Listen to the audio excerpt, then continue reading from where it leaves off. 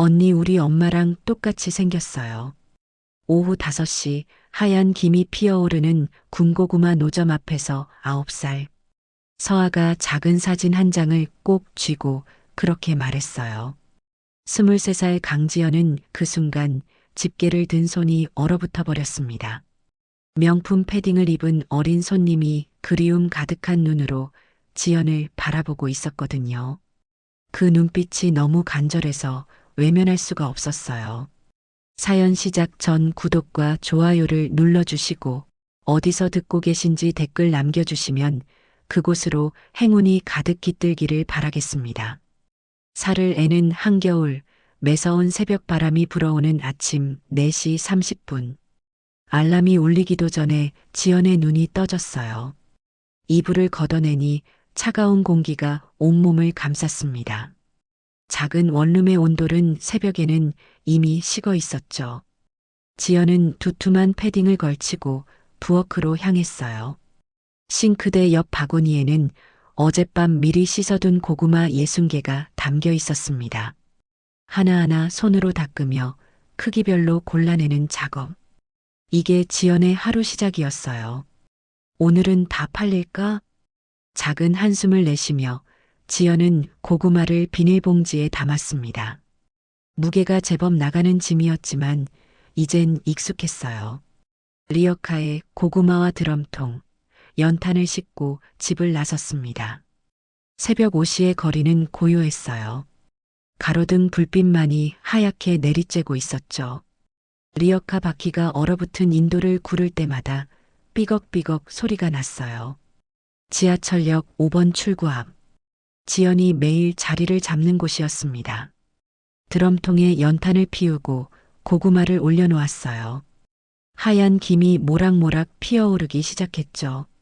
따뜻한 군고구마 있어요. 오늘 아침에 직접 구운 거예요. 목소리를 가다듬으며 손님을 기다렸습니다. 손끝은 이미 감각이 없을 정도로 차가웠지만 지연은 멈출 수가 없었어요. 바로 그때 주머니 속 휴대폰이 울렸습니다. 병원에서 걸려온 전화였어요. 네, 알겠습니다. 오늘 중으로 꼭 입금하겠습니다. 전화를 끊는 지연의 어깨가 축 처졌습니다. 할머니의 재활치료비가 또 밀렸다는 연락이었어요. 뇌졸중으로 쓰러지신 할머니는 지금도 병원에서 힘겹게 버티고 계셨습니다. 친할머니는 아니었지만 엄마가 돌아가신 후 지연을 친손녀처럼 키워주신 은인이셨어요. 7년 전 엄마가 세상을 떠났을 때 지연의 나이는 겨우 16이었습니다. 옆집에 살던 할머니가 없었다면 지연은 어떻게 됐을까요? 할머니는 자식도 없으신 분이 혼자 사시다가 지연을 거두어 주셨어요. 차가운 바람이 또 한 번 목덜미를 스쳤습니다. 지연은 떨리는 손으로 고구마를 뒤집으며 혼잣말을 했어요. 할머니, 조금만 더 버텨주세요. 제가 꼭 낫게 해드릴게요. 해가 뜨기 시작하자 출근길 직장인들이 하나둘 지나갔습니다. 아가씨, 고구마 3개 주세요. 네, 감사합니다. 따뜻할 때 드세요. 지연은 각 구운 고구마를 신문지에 정성껏 싸서 건넸어요. 손님의 손에 고구마가 전해질 때마다 가슴이 조금씩 따뜻해졌습니다. 그때였어요. 낡은 옷을 입은 노인 한 분이 다가왔습니다. 주머니를 뒤적거리며 동전 몇 개를 꺼냈지만 고구마 1개 사기에도 부족해 보였어요. 할아버지, 이거 드세요. 지연은 가장 큰 고구마 2개를 봉지에 담아 건넸습니다. 아니, 돈이. 괜찮아요. 제가 드리는 거예요. 따뜻할 때 드시고 힘내세요. 노인은 눈물이 글썽이며 연신 고맙다는 인사를 했어요. 그 모습을 보니 지연의 눈시울도 뜨거워졌습니다. 잠시 후 교복을 입은 중학생이 헐레벌떡 달려왔어요. 언니, 고구마 2개 주세요. 학생이 지갑을 열었지만 1,000원밖에 없었습니다. 고구마 2개는 2,000원이었어요. 어머, 돈이 부족하네. 그럼 하나만. 아니야, 2개 가져가. 나머지는 다음에 줘도 돼. 정말요? 꼭 갚을게요. 그래, 친구랑 나눠 먹어. 맛있게 먹고 공부 열심히 해. 학생은 환하게 웃으며 뛰어갔습니다. 지연은 그 모습을 보며 미소를 지었어요. 오전 10시쯤 손님이 뜸해지는 시간이었습니다. 지연은 잠깐 틈을 내서 병원으로 향했어요. 할머니 병실 문을 조심스럽게 열었습니다. 할머니, 저 왔어요. 지연아, 왔니? 할머니는 침대에 누운 채 힘없이 손을 들어 올리셨어요. 지연은 할머니 손을 꼭 잡았습니다. 할머니, 오늘 고구마 장사 잘 됐어요. 걱정하지 마세요. 우리 지연이 고생이 많구나. 아니에요. 전 괜찮아요. 할머니만 빨리 나으시면 돼요. 할머니는 지연의 손을 쓰다듬으며 눈물을 흘리셨습니다. 지연도 참았던 눈물이 터져 나왔어요. 할머니가 아니었다면 지연은 어떻게 됐을까요? 엄마가 돌아가신 그날, 16살 어린 지연이 할 수 있는 건 아무것도 없었어요. 할머니가 지연의 손을 잡아주셨죠. 지연아, 울지 마. 할머니가 있잖아. 그날부터 할머니는 지연의 엄마가 되어주셨습니다. 이제는 지연이 할머니를 지켜드릴 차례예요. 오후 4시 다시 노점으로 돌아왔습니다. 하교하는 학생들과 퇴근길 직장인들로 거리가 붐비기 시작했어요. 따뜻한 군고구마 있어요. 꿀고구마, 밤고구마 다 있어요. 지연의 목소리가 추운 거리에 울려 퍼졌습니다. 손님들이 하나둘 모여들었어요. 아가씨, 여기 고구마 정말 달아요. 맨날 여기서 사 먹어요. 감사합니다. 오늘도 맛있게 구웠어요. 지연은 환하게 웃으며 고구마를 건넸습니다. 비록 지금은 힘들지만 손님들의 밝은 얼굴을 보면 힘이 났어요. 해가 지고 어둠이 내리기 시작할 무렵이었습니다. 길 건너편에 검은색 세단 한 대가 천천히 멈춰 섰어요. 차 문이 열리고 명품 패딩을 입은 어린 여자아이가 조심스럽게 내렸습니다. 아이는 주변을 두리번거리더니 지연의 노점 쪽으로 천천히 걸어왔어요. 깡마른 팔다리와 창백한 얼굴이 마음을 아프게 했습니다. 어서 와. 고구마 먹을래? 지연은 부드럽게 웃으며 물었어요. 아이는 고개를 끄덕이며 작은 목소리로 말했습니다. 고구마 주세요. 그래, 얼마나 먹을 수 있어? 2개면 돼? 지연은 각 구운 고구마를 집게로 집어 올렸습니다. 그때였어요. 아이가 갑자기 지연의 얼굴을 빤히 바라보며 멈춰 섰습니다. 그리고는 주머니에서 작은 사진 한 장을 조심스럽게 꺼냈어요. 낡고 구겨진 사진이었습니다. 아이는 사진을 지연에게 내밀었어요. 이게 우리 엄마 사진이에요. 할아버지가 주신 거예요. 사진 속에는 환하게 웃고 있는 젊은 여성이 있었습니다. 아이는 사진과 지연의 얼굴을 번갈아 보며 떨리는 목소리로 말했어요. 언니, 우리 엄마랑 똑같이 생겼어요. 그 말을 듣는 순간 지연의 손에서 집게가 떨어졌습니다. 그날 저녁 검은색 세단은 서울 한복판의 최고급 주택가로 향했습니다. 세강건설 회장 저택, 거대한 저택 안 수십 가지의 사내진미가 차려진 식탁 앞에 9살 서아가 앉아 있었어요. 그러나 아이는 젓가락 한 번 들지 않은 채 입을 꾹 다물고 있었습니다. 아가씨, 한 입만이라도 드세요. 주방장님이 아가씨 입맛에 맞춰 특별히 준비하신 거예요. 가정부가 애원하듯 말했지만 서아는 고개를 저으며 의자에서 내려왔습니다. 깡마른 팔다리가 더욱 가늘어 보였고 광대뼈가 도드라진 얼굴은 나이에 비해 너무나 작아 보였죠. 김 기사는 백미러로 뒷좌석의 서아를 보며 깊은 한숨을 내쉬었습니다. 아가씨, 저녁은 좀 드셨어요? 서아는 대답 없이 창밖만 바라보고 있었어요. 태어난 지 얼마 되지 않아 엄마를 잃은 서아는 9년 동안 제대로 된 식사를 한 적이 거의 없었습니다. 병원에서는 심리적 거식증이라고 진단했지만 그 어떤 치료도 효과가 없었죠. 바로 그때였습니다. 차가 신호등에 멈춰섰을 때 바람을 타고 어디선가 고소한 냄새가 차 안으로 스며들었어요. 멈춰주세요. 평소 목소리조차 잘 내지 않던 서아가 갑자기 소리쳤습니다. 김 기사는 깜짝 놀라 급브레이크를 밟았죠. 무슨 일이세요, 아가씨? 저 냄새. 저거 뭐예요? 서아의 눈빛이 처음으로 반짝였습니다. 김 기사는 창문을 살짝 내리고 냄새를 맡아보았어요. 아, 군고구마 냄새인 것 같은데요? 저기 길 건너편에 노점이 있네요. 군고구마가 뭐예요? 서아는 난생 처음 듣는 단어였습니다.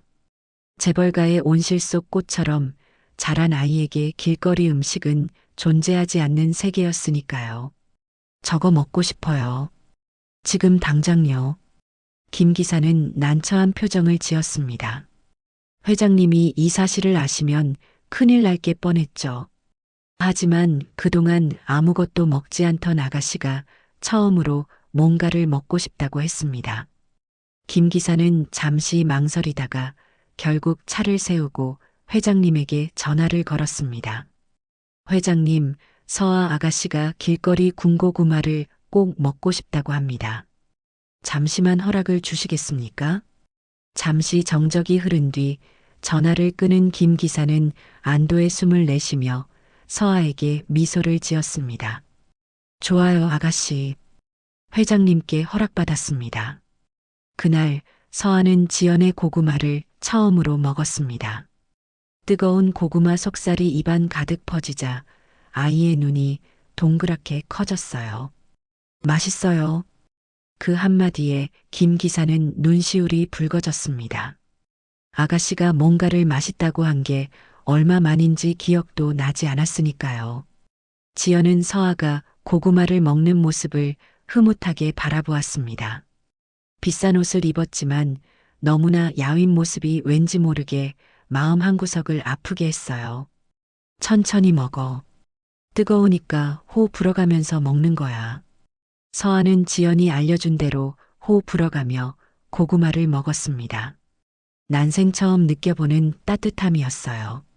단순히 음식의 온도만이 아니라 누군가가 정성껏 만들어준 마음의 온기였죠. 고맙습니다. 서아가 작은 목소리로 인사했습니다. 지연은 손을 흔들었어요. 또 놀러와. 언제든지. 차로 돌아가는 서아는 남은 고구마를 소중하게 들고 있었습니다. 김 기사는 백미러로 아가씨의 모습을 보며 안도의 한숨을 내쉬었죠. 오늘 처음으로 아이의 얼굴에 생기가 돌았으니까요. 집에 도착한 서아는 곧장 할아버지가 계신 서재로 달려갔습니다. 할아버지. 한재민 회장은 늘 그렇듯 서류를 보고 있었어요. 65세의 나이에도 꼿꼿한 자세와 날카로운 눈빛은 한국 재계의 거물다운 위엄을 보여주고 있었습니다. 우리 서아 왔구나. 저녁은 먹었니? 할아버지, 오늘 고구마 먹었어요. 서아의 목소리에는 생기가 가득했습니다. 재미는 깜짝 놀라 손녀를 바라봤어요. 고구마, 우리 서아가 고구마를 먹었다고? 네, 길거리에서 파는 군고구마요. 정말 맛있었어요. 서아는 신이 나서 이야기를 이어갔습니다. 그리고 할아버지, 거기 계신 언니가요. 서아는 주머니에서 구겨진 엄마 사진을 꺼냈어요. 엄마랑 똑같이 생겼어요. 진짜예요. 재미는 사진을 받아들었습니다. 9년 전 세상을 떠난 첫째 딸 제이의 사진이었어요. 20대 초반에 찍은 사진이었죠. 서아야, 사람은 누구나 닮은 사람이 있단다. 특히 우리 서아가 엄마를 많이 그리워하니까 조금만 비슷해도 엄마처럼 보일 수 있어. 하지만 서아는 고개를 세차게 저었습니다. 아니에요. 정말 똑같았어요. 눈도 코도 입도 웃는 모습까지 다 똑같았다니까요. 아이의 눈에는 눈물이 맺혀 있었습니다. 재미는 손녀를 달래듯 머리를 쓰다듬어 주었어요. 알았다, 알았어. 우리 서아가 그렇게 느꼈구나. 할아버지도 보시면 깜짝 놀라실 거예요. 내일 같이 가요, 네. 재미는 부드럽게 웃으며 서아를 안아주었습니다. 그래, 언제 기회가 되면 할아버지도 한번 보도록 하마. 서아가 방으로 돌아간 후 재미는 한참 동안 서재에 혼자 앉아 있었습니다. 책상 위에는 제이의 사진이 놓여 있었어요. 차가운 커피를 한 모금 마시며 창밖을 바라봤습니다. 손녀의 순수한 확신이 오래 잊고 있던 상처를 건드렸습니다. 군고구마를 파는 누군가가 제이를 닮았다는 말. 그것은 단순한 우연의 일치일 수도 있지만 왠지 모르게 불안한 마음이 들었어요. 재미는 책상 서랍에서 오래된 사진 한 장을 꺼냈습니다. 34년 전 25살의 은혜가 환하게 웃고 있는 사진이었어요. 은혜야. 그날 밤 재미는 잠을 이룰 수 없었습니다. 서아의 말이 계속 머릿속을 맴돌았어요. 다음 날 오후 서아는 학교가 끝나자마자 김 기사에게 말했습니다. 아저씨, 오늘도 그 언니한테 갈 거예요. 알겠습니다, 아가씨. 그날부터 서아는 하루도 빠짐없이 지연의 노점을 찾았습니다. 언니, 저 왔어요. 어머, 우리 서아 또 왔네. 오늘도 고구마 먹을 거야? 네. 오늘은 3개 주세요. 서아는 날마다 조금씩 더 많이 먹기 시작했어요. 지연은 그런 서아가 예뻐서 늘 1개씩 더 넣어주었습니다. 이건 서비스야. 우리 서아 많이 먹고 건강해져야 해. 일주일이 지나자 놀라운 변화가 일어났습니다. 서아는 집에서도 밥을 조금씩 먹기 시작했어요. 아침에 죽 한 그릇을 다 비우기도 했죠. 아가씨가 아침을 다 드셨어요. 가정부가 감격해서 재민에게 보고했습니다. 재민은 믿기지 않는다는 표정으로 손녀를 바라봤어요. 서아야, 정말이니? 네, 할아버지. 고구마 언니가 그러는데요. 많이 먹어야 건강해진대요. 재민의 가슴이 따뜻해졌습니다. 9년 동안 아무것도 먹지 않던 손녀가 이렇게 변할 수 있다니. 그날 밤 재민은 결심했습니다. 박비서, 네, 회장님.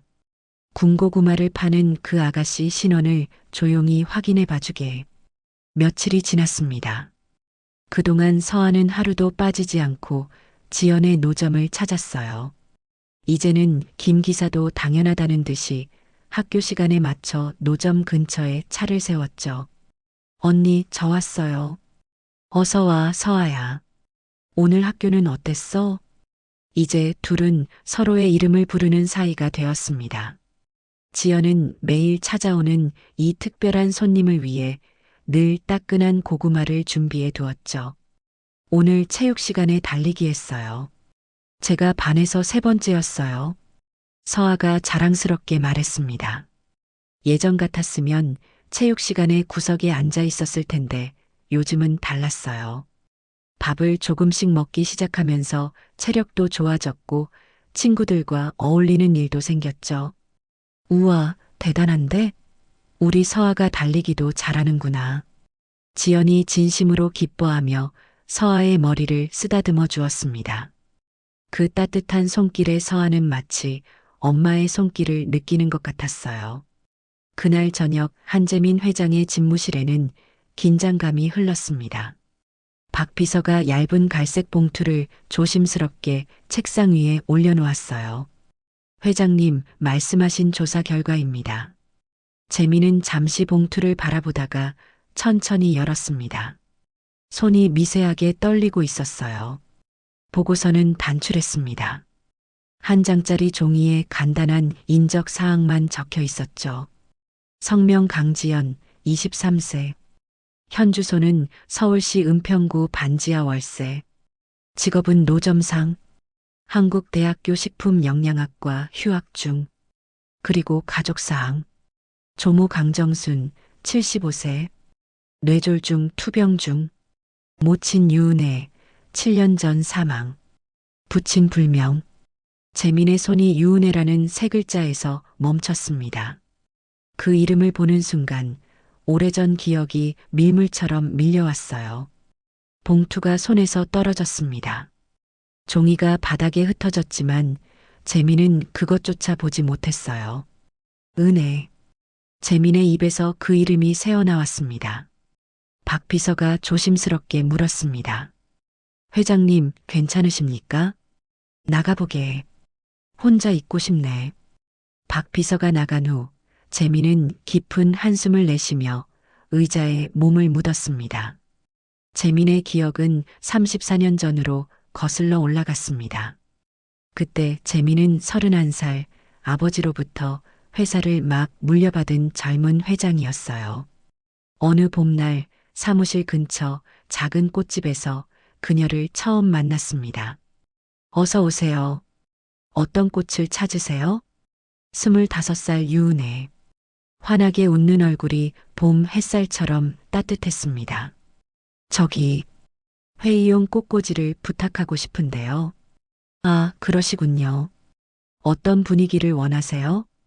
재미는 그날 은혜의 미소에 마음을 빼앗겼습니다. 회의용 꽃이 필요하지도 않았는데 매주 꽃집을 찾게 되었죠. 6개월 후 재미는 용기를 내어 고백했습니다. 은혜 씨, 저와 식사 한번 하시겠습니까? 은혜는 수줍게 웃으며 고개를 끄덕였어요. 그해 가을, 재미는 은혜를 집으로 데려왔습니다. 아버지, 제가 사랑하는 사람입니다. 하지만 선대 회장의 반대는 극렬했어요. 안 된다. 꽃집 점원 따위를 우리 집 며느리로 들릴 수는 없어. 아버지, 은혜는 좋은 사람입니다. 제가 책임지겠습니다. 책임? 재벌가의 체면을 생각해라. 당장 헤어져. 하지만 재미는 물러서지 않았습니다. 그해 겨울, 둘은 조용히 결혼식을 올렸어요. 결혼 후 시댁의 구박이 시작되었습니다.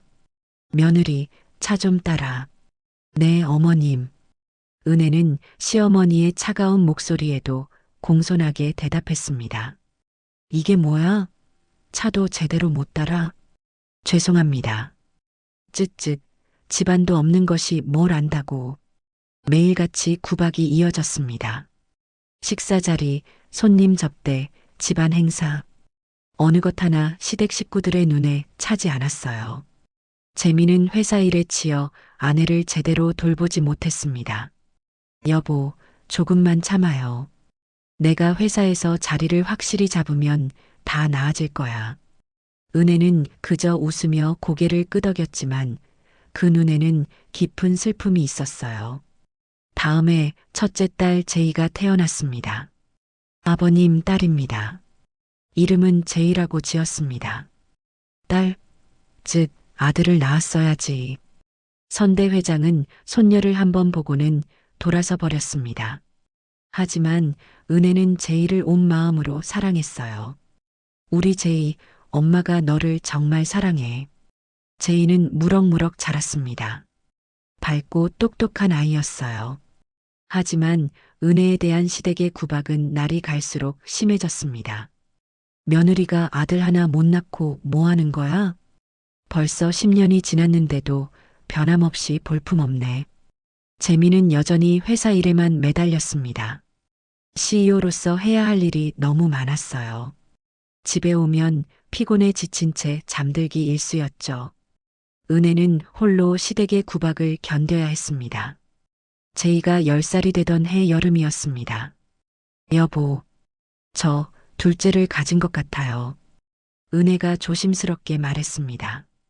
재미는 깜짝 놀라 은혜를 안았어요. 정말? 은혜야, 정말 고마워. 하지만 시댁의 반응은 달랐습니다. 또 딸이면 어쩌려고. 아들 낳을 때까지 계속 낳을 거야? 며느리 주제에 집안을 이 모양으로 만들어 놓고 구박은 더욱 심해졌습니다. 은혜의 얼굴에서 웃음이 사라졌어요. 그해 겨울, 어느 날 밤이었습니다. 재민이 출장에서 돌아왔을 때 은혜는 이미 짐을 싸고 있었습니다. 은혜야, 이게 무슨, 더는 못 견디겠어요. 은혜의 목소리는 차가웠습니다. 제이는, 제이는 어떻게 하고, 제이는 여기 두고 갈게요. 뭐라고? 이 집에서 자라는 게 나아요. 저 같은 엄마보다는. 은혜의 눈에서 눈물이 흘러내렸습니다. 제이야, 엄마가 미안해.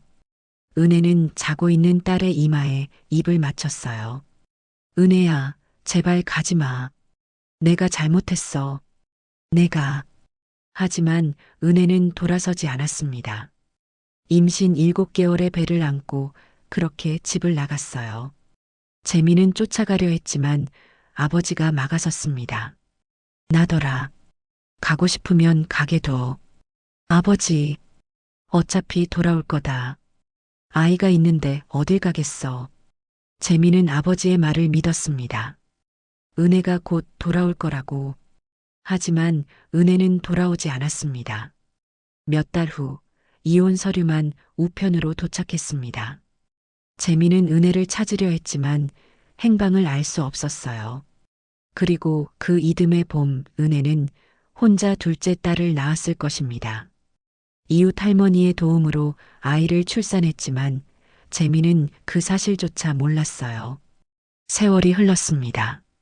제이는 아름답게 자랐습니다. 하지만 엄마 없이 자란 상처는 깊었어요. 제이가 25살이 되던 해 한 남자를 데려왔습니다. 아버지, 제가 사랑하는 사람이에요. 평범한 회사원이었습니다. 재미는 그때 자신의 아버지처럼 행동했습니다. 안 돼. 너는 더 좋은 사람을 만나야 해. 아버지, 저는 이 사람을 사랑해요. 사랑? 그런 감정은 시간이 지나면 사라져. 재미는 남자를 쫓아냈습니다. 권력과 돈을 이용해서 비극은 반복되었습니다. 몇 달 후 제이가 임신했다는 사실을 알게 되었어요. 아버지, 저 아이를 낳고 싶어요. 제이야, 정신 차려. 그 남자는 이미 떠났어. 상관없어요. 제 아이예요. 제이는 아이를 낳기로 했습니다. 하지만 출산 과정에서 예상치 못한 합병증이 생겼어요. 회장님, 산모가 위험합니다. 뭐라고? 당장 최선을 다해. 하지만 제이는 서아를 낳고 세상을 떠났습니다. 아버지, 제 아이 부탁해요. 그것이 제이의 마지막 말이었습니다. 제이가 떠난 지 2년 후, 재미는 뒤늦게 은혜를 찾으려 했습니다. 사람을 풀어 수소문했지만 은혜는 이미 세상을 떠난 후였어요. 폐렴으로 사망. 병원비가 없어서 제대로 치료를 받지 못했다고 했습니다. 재미는 무너졌습니다. 은혜야, 내가 너를 죽인 거야. 재미는 눈을 떴습니다. 책상 위에 보고서가 다시 보였어요. 강지연, 23세. 모친 유은혜, 7년 전 사망. 재미는 떨리는 손으로 계산했습니다. 지연이 23살이면 2002년생. 은혜가 집을 나간 것이 임신 7개월 때였으니 그 이듬해 봄 은혜는 혼자 둘째를 낳았을 것입니다. 둘째, 은혜가 낳은 둘째. 재민의 눈에서 눈물이 흘러내렸습니다. 서아가 말했던 것이 사실이었어요. 지연은 제이를 닮았을 수밖에 없었습니다. 둘은 자매였으니까요. 같은 엄마 은혜에게서 태어난 11년 터울의 자매. 은혜야, 미안하다. 정말 미안해. 재미는 두 손으로 얼굴을 감쌌습니다. 또다시 딸을 버린 것이었습니다. 이번엔 존재조차 몰랐던 둘째 딸을. 23년 동안 지연은 어떻게 살았을까요? 엄마마저 7년 전에 잃고 혼자 할머니를 모시며 군고구마를 팔고 있었습니다. 재민의 가슴이 찢어지는 것 같았습니다. 다음 날 재민은 결심했습니다. 박비서, 네, 회장님. 오늘 오후에 그 노점으로 가게. 내가 직접 확인해야겠어. 알겠습니다.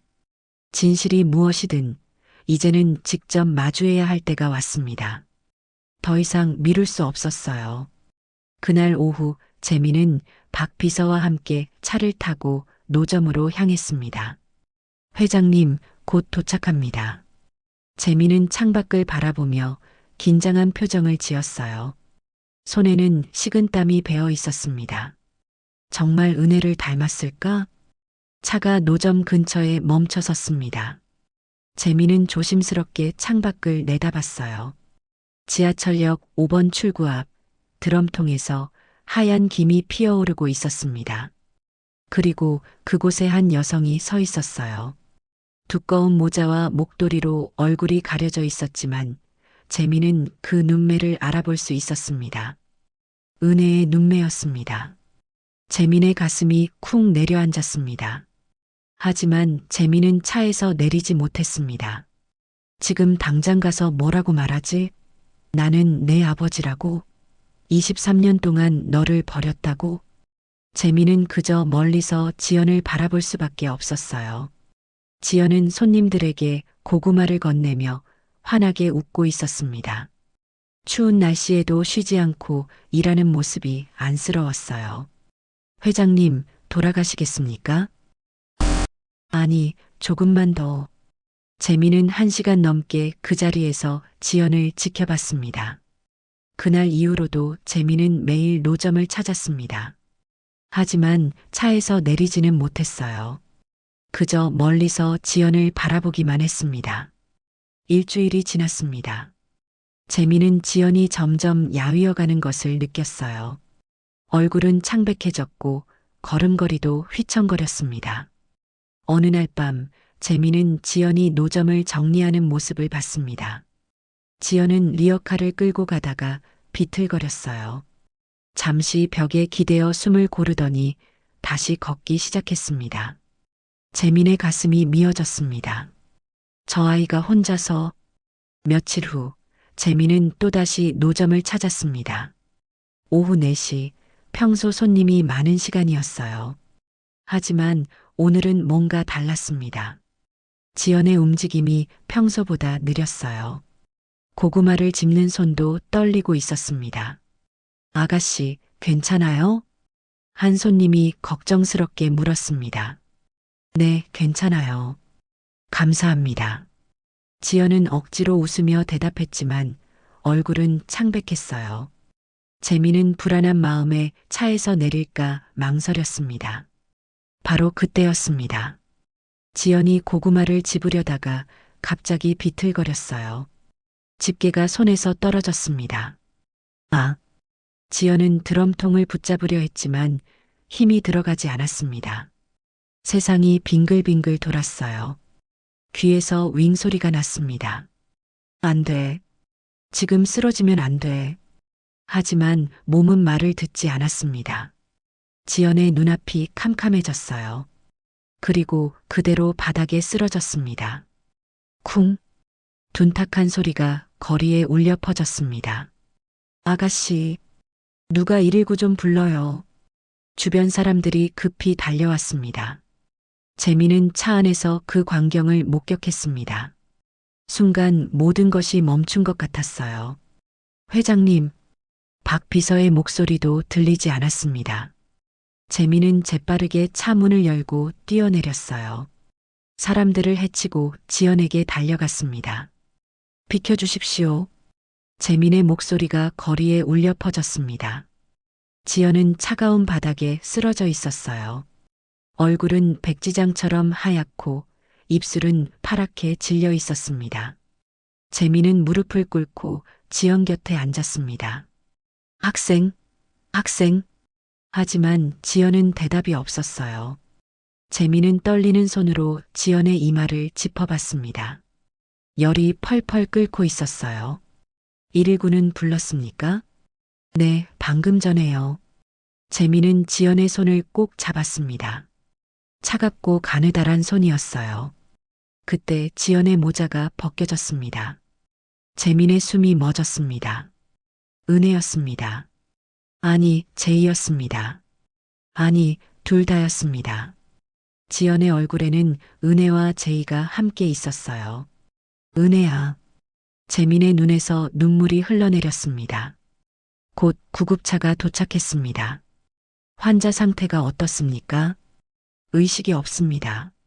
맥박은 약하고요. 구급대원들이 재빠르게 지연을 들것에 옮겼어요. 보호자이십니까? 구급대원이 재민에게 물었습니다. 재민은 잠시 망설이다가 고개를 끄덕였습니다. 네, 제가 보호자입니다. 그럼 같이 타시죠. 재민은 구급차에 올라탔습니다. 사이렌이 울리며 구급차가 출발했어요. 재민은 지연의 손을 꼭 잡고 있었습니다. 제발, 제발 괜찮아야 해. 30분 후 병원 응급실. 의사가 나왔습니다. 보호자 되시는 분? 네, 저입니다. 재민이 급히 다가갔어요. 환자 상태가 심각합니다. 극심한 영양실조에 탈수, 그리고 과로가 겹쳤습니다. 영양실조라고요? 네, 최근 며칠간 제대로 식사를 하지 않은 것 같습니다. 언제 마지막으로 밥을 드셨는지. 재민의 가슴이 무너져 내렸습니다. 그리고 환자분, 가족 중에 투병 중이신 분이 계신가요? 그게 왜 그러십니까? 환자 휴대폰에 병원 문자가 많이 와 있더라고요. 치료비 독촉 관련해서요. 의사가 조심스럽게 말했습니다. 이대로 가면 환자분도 위험하지만 투병 중이신 분도. 재민은 더 이상 듣지 못했습니다. 할머니, 지연이 모시고 있는 할머니도 위독하다는 뜻이었어요. 지금 당장 환자분 보호자 연락처를 찾아야 할 것 같습니다. 제가 알아보겠습니다. 재민은 박 비서를 불렀습니다. 박 비서, 지금 당장 강정순이라는 분을 찾아. 75세, 뇌졸중으로 입원 중이야. 알겠습니다, 회장님. 잠시 후 재민은 지연이 누워있는 병실로 들어갔습니다. 산소 마스크를 쓴 지연이 침대에 누워 있었어요. 재민은 조심스럽게 의자를 끌어당겨 앉았습니다. 그리고 지연의 손을 꼭 잡았어요. 미안하다. 정말 미안해. 재민의 목소리가 떨렸습니다. 내가 너를 지키지 못해서 23년 동안 혼자 두어서. 눈물이 뺨을 타고 흘러내렸습니다. 은혜야, 내가 또 잘못했어. 너희 딸을, 우리 딸을. 재민은 지연의 손을 이마에 대고 울었습니다. 65년을 살아오며 수많은 고비를 넘겼지만 이렇게 무력한 적은 없었어요. 돈도 권력도 아무 소용이 없었습니다. 딸 하나 제대로 지키지 못한 한심한 아버지일 뿐이었어요. 그때 박 비서가 급히 들어왔습니다. 회장님, 강정순 어르신을 찾았습니다. 서울 서북병원 일반 병동에 계십니다. 지금 당장 가장 좋은 병실로 옮겨드려. 그리고 최고의 의료진을 붙여. 알겠습니다. 모든 비용은 내가 부담한다. 단 한 푼도 부족함이 없게 해. 네, 회장님. 재민은 다시 지연을 바라봤습니다. 이제는 내가 지켜줄게. 너와 할머니를, 그리고 서아까지. 재민은 지연의 손을 놓지 않았습니다. 밤새도록 그 자리를 지켰어요.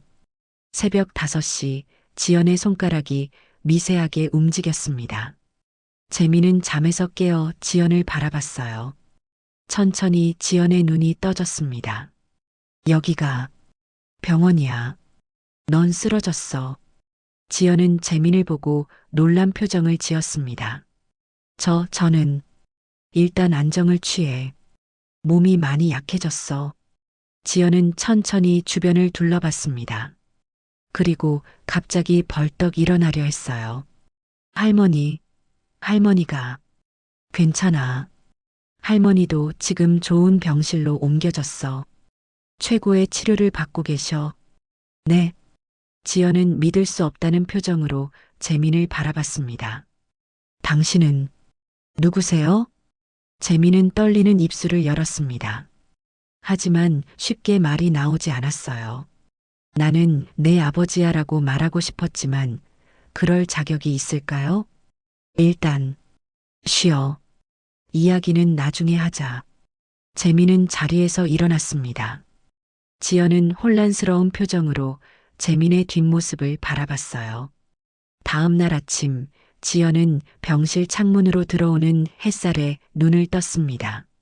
몸은 여전히 무거웠지만 어제보다는 한결 나아진 기분이었어요. 병실 문이 조심스럽게 열렸습니다. 어제 그 낯선 남자, 자신을 병원까지 데려온 사람이 들어왔어요. 일어났구나. 몸은 좀 어때? 괜찮습니다. 그런데 저 정말 감사합니다. 할머니도 옮겨주시고, 지연은 어제 간호사에게 들었습니다. 할머니가 VIP 병실로 옮겨졌고, 최고의 의료진이 치료하고 있다고. 당연한 일을 했을 뿐이야. 재미는 의자를 끌어당겨 앉았습니다. 학생, 혹시 어머니 이름이 뭐니? 갑작스러운 질문에 지연은 조금 놀랐습니다. 유은혜요. 왜 그러세요? 그 순간 재민의 손이 떨렸습니다. 역시 맞았습니다. 지연아. 재민은 처음으로 지연의 이름을 불렀습니다. 먼저 할머니 병실에 가자. 할머니께 여쭤봐야 할 게 있어. 네. 지연은 고개를 갸웃했지만 재민을 따라 일어났습니다. 두 사람은 복도를 지나 VIP 병실로 향했습니다. 문을 열자 할머니가 침대에 앉아 창밖을 바라보고 계셨어요. 재활 치료 덕분에 많이 좋아지신 모습이었습니다. 할머니, 지연아 왔구나. 할머니는 지연을 보고 미소를 지었습니다. 그러다 지연 뒤에 서 있는 재민을 보았어요. 할머니의 표정이 굳었습니다. 당신이, 할머니, 이분이 저를 병원에 데려오신 재민 씨, 맞나요? 할머니의 떨리는 목소리에 재민은 천천히 고개를 끄덕였습니다. 네, 한재민입니다. 어떻게 저를, 은혜가 당신 얘기를 많이 했어요. 할머니의 눈에서 눈물이 흘러내렸습니다. 지연은 할머니와 재민을 번갈아 보며 혼란스러워했어요. 할머니, 이게 무슨... 할머니는 천천히 침대 옆 서랍을 열었습니다. 그리고 오래되어 낡은 노트 한 권을 꺼냈어요. 이게 은혜가 남긴 일기예요. 할머니의 손이 떨렸습니다. 은혜가 돌아가기 며칠 전에 제게 이걸 맡겼어요. 기침을 하며 이렇게 말했죠. 할머니는 잠시 말을 멈췄습니다.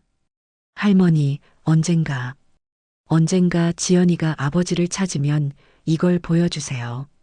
제발 부탁드려요. 재민은 할머니에게서 일기장을 받아들었습니다.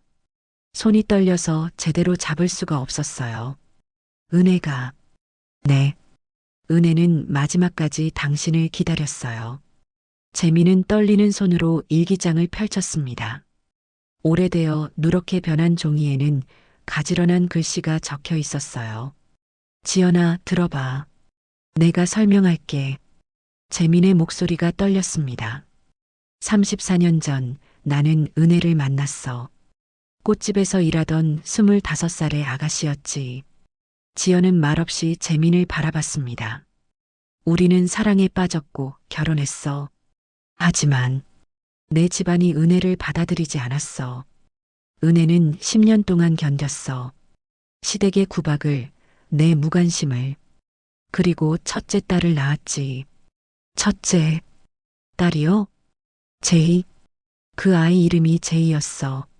재민은 잠시 눈을 감았습니다. 그리고 은혜가 둘째를 임신했을 때 시댁의 구박이 더 심해졌어. 나는 여전히 회사 일만 했고 결국 은혜는 임신한 채로 집을 나갔어. 제이는 시댁이 놓아주지 않아서 두고 갈 수밖에 없었지. 지연의 눈에서 눈물이 흘러내렸습니다. 엄마가 얼마나 힘들었을지 상상이 됐어요. 재민은 노트의 한 페이지를 펼쳤습니다. 이게 내 엄마가 너를 낳고 쓴 일기야. 지연은 떨리는 손으로 노트를 받아들었습니다. 2002년 4월 15일. 오늘 딸을 낳았다. 너무나 예쁜 딸. 이름은 지연이라고 지었다. 지혜롭게 나타난다는 뜻. 우리 지연아, 엄마가 너를 정말 사랑해. 재민아, 미안해. 내 아이를 또 낳았어. 하지만 연락할 수 없었어. 이 아이는 정말 너를 닮았어. 제이도, 지연이도 모두 너를 닮았어. 제이야, 엄마 미안해. 너를 두고 와서 정말 미안해. 엄마는 너무 약했어. 하지만 지연이는 엄마가 꼭 지켜줄게. 우리 지연아, 엄마가 있어.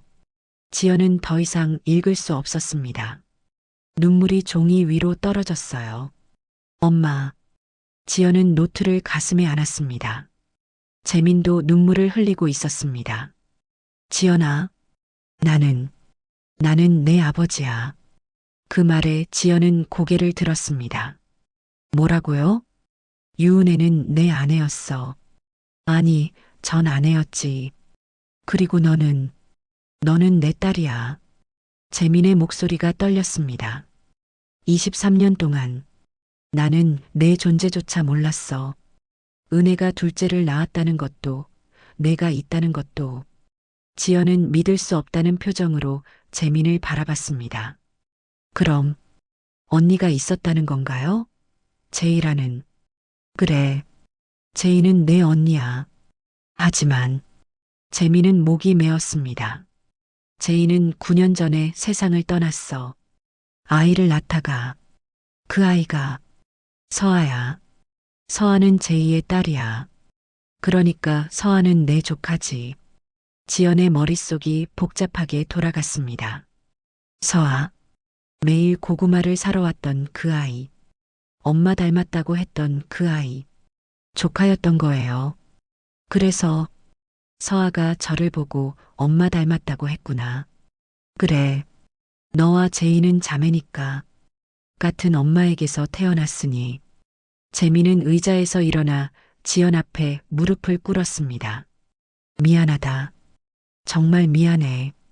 65세 노인이 23세 딸 앞에 무릎을 꿇고 있었습니다. 내 엄마를 지키지 못해서 너를 23년 동안 혼자 두어서 할머니가 너를 키우게 해서. 재민의 목소리는 울음으로 끊겼습니다.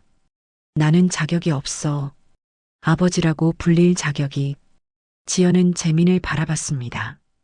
이 사람도 힘들었겠구나 생각했어요. 엄마를 잃고 큰언니를 잃고 그리고 자신의 존재를 뒤늦게 알았을 때의 그 충격. 일어나세요. 지연이 조용히 말했습니다. 일어나세요. 무릎 꿇지 마세요. 재민은 천천히 고개를 들었습니다. 엄마는 마지막까지 아빠를 원망하지 않았을 거예요. 지연은 노트를 쓰다듬었습니다. 이 일기를 보면 알 수 있어요. 엄마는 아빠를 사랑했어요. 지연아, 그리고 저도 아빠를 원망하지 않아요. 지연의 눈에서 눈물이 흘러내렸습니다. 사실 저는 아빠가 누군지도 몰랐어요. 엄마가 그 얘기는 하지 말라고 하셔서. 하지만 이제 알았잖아요. 제게 아빠가 생긴 거잖아요. 그 말에 재민은 더 이상 참을 수 없었습니다. 지연을 끌어안았어요. 미안하다. 정말 미안해. 고마워. 고맙다. 재민은 딸을 처음으로 안았습니다. 23년 만에 처음으로. 침대에 앉아있던 할머니도 눈물을 흘리고 있었습니다. 은혜야, 내가 바라던 일이 이루어졌구나. 할머니는 하늘을 올려다봤어요. 이제 마음 편히 쉬렴. 지연이는 이제 괜찮을 거야. 한참을 울고 난 후 재민은 지연에게서 조심스럽게 물러났습니다. 그리고 할머니 앞으로 다가갔어요. 재민은 할머니 앞에서 깊게, 아주 깊게 허리를 숙여 큰 절을 올렸습니다. 제 딸을 키워주셔서 감사합니다. 재민은 고개를 숙인 채 말했습니다. 은혜를 지키지 못한 죄인입니다. 지연이를 버린 죄인입니다. 하지만 할머니께서 제 딸을 살려주셨습니다. 평생 갚아도 갚을 수 없는 은혜입니다. 재민은 다시 한번 절을 올렸습니다. 할머니는 눈물을 흘리며 재민의 손을 잡았습니다. 일어나세요. 이제, 이제 지연이를 잘 부탁합니다. 네, 제 목숨을 걸고 지키겠습니다. 할머니는 지연을 바라보며 미소를 지었습니다. 지연아, 이제 할머니는 마음 놓고 편히 쉴 수 있겠구나. 할머니, 무슨 말씀을? 아니야. 할머니는 이제 행복해. 내가 아빠를 찾았으니까. 그날 밤 지연은 병실에서 엄마의 일기를 계속 읽었습니다. 마지막 페이지에 이런 글이 있었어요. 2018년 3월 2일. 지연아, 엄마가 많이 아프구나. 하지만 괜찮아. 엄마는 너를 키운 것만으로도 행복했어. 너는 정말 착한 아이야. 언젠가 내 아빠를 만나게 될지도 몰라. 그때 아빠를 미워하지 마. 아빠도 엄마도 모두 최선을 다한 거야. 사랑한다. 우리 지연아. 엄마는 너를 정말, 정말 사랑해. 지연은 일기장을 덮었습니다. 엄마, 저 아빠 만났어요. 그리고 언니 딸 서아도 만났어요. 지연은 창밖의 별을 바라봤습니다. 엄마, 이제 저 괜찮을 것 같아요. 가족이 생겼어요. 6개월이 흘렀습니다. 따뜻한 봄바람이 불어오는 어느 주말 오후였어요. 할머니는 재활 치료를 마치고 거의 완치되었습니다. 이제는 지팡이 없이도 걸을 수 있었어요.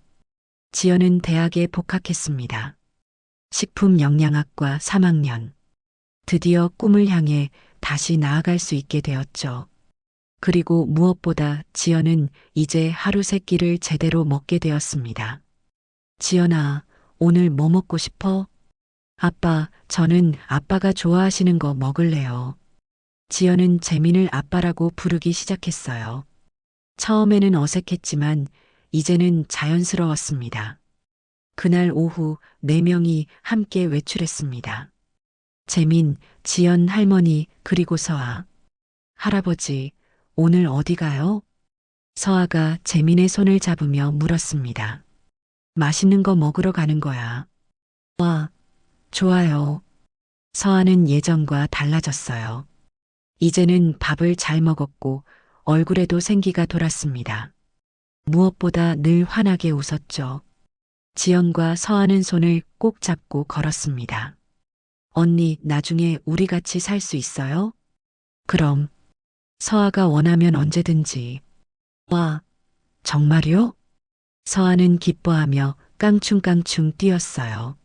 네 사람은 아늑한 한식당에 들어갔습니다. 화려한 고급 레스토랑이 아니라 평범한 동네 식당이었어요. 여기 된장찌개 맛집이라던데. 할머니 드시기 좋을 것 같아서. 재민이 메뉴판을 펼치며 말했습니다. 된장찌개 4개요. 그리고 고등어구이도 주세요. 음식이 나왔습니다. 김이 모락모락 나는 된장찌개와 따끈한 밥, 여러 가지 반찬들. 자, 다들 맛있게 먹자. 재민이 숟가락을 들었습니다. 지연은 그 모습을 보며 뭉클했어요. 재벌 회장이 이런 평범한 식당에서 된장찌개를 먹다니. 할아버지, 이게 가족밥이에요? 서아가 물었습니다. 그래, 이게 가족이 함께하는 밥이야.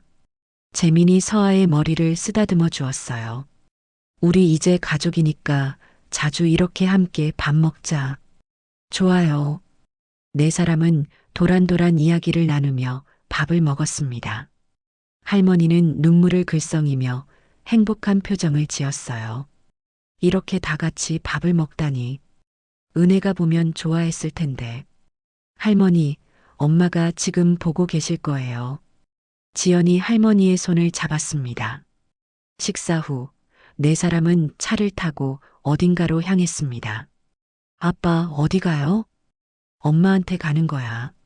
차는 서울 외곽의 조용한 공원묘지에 도착했습니다. 유은혜의 묘 앞. 깨끗하게 관리된 묘비에는 엄마의 사진이 있었어요. 환하게 웃고 있는 젊은 날의 모습이었습니다. 재민은 묘 앞에 무릎을 꿇고 앉았습니다. 은혜야, 나왔어. 재민의 목소리가 떨렸습니다. 미안해.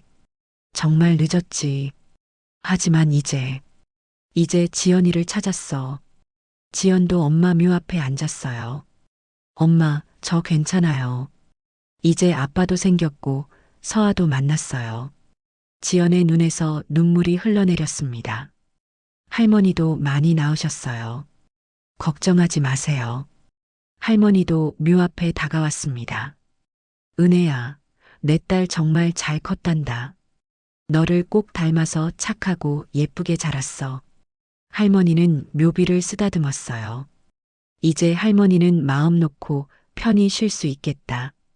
지연이가 행복하니까. 서아도 조심스럽게 다가왔습니다. 할머니, 저예요, 서아. 엄마가 낳은 지연 언니 딸이래요.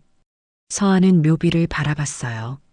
저는 할머니를 못 봤지만 언니가 할머니 많이 닮았대요. 감사해요. 언니를 낳아주셔서. 재미는 네 식구가 함께 있는 모습을 보며 눈물을 흘렸습니다. 은혜야, 이제 조금은 용서받을 수 있을까? 내가 남긴 딸을, 내가 사랑한 사람들을 이제는 내가 지킬게. 바람이 불어왔습니다.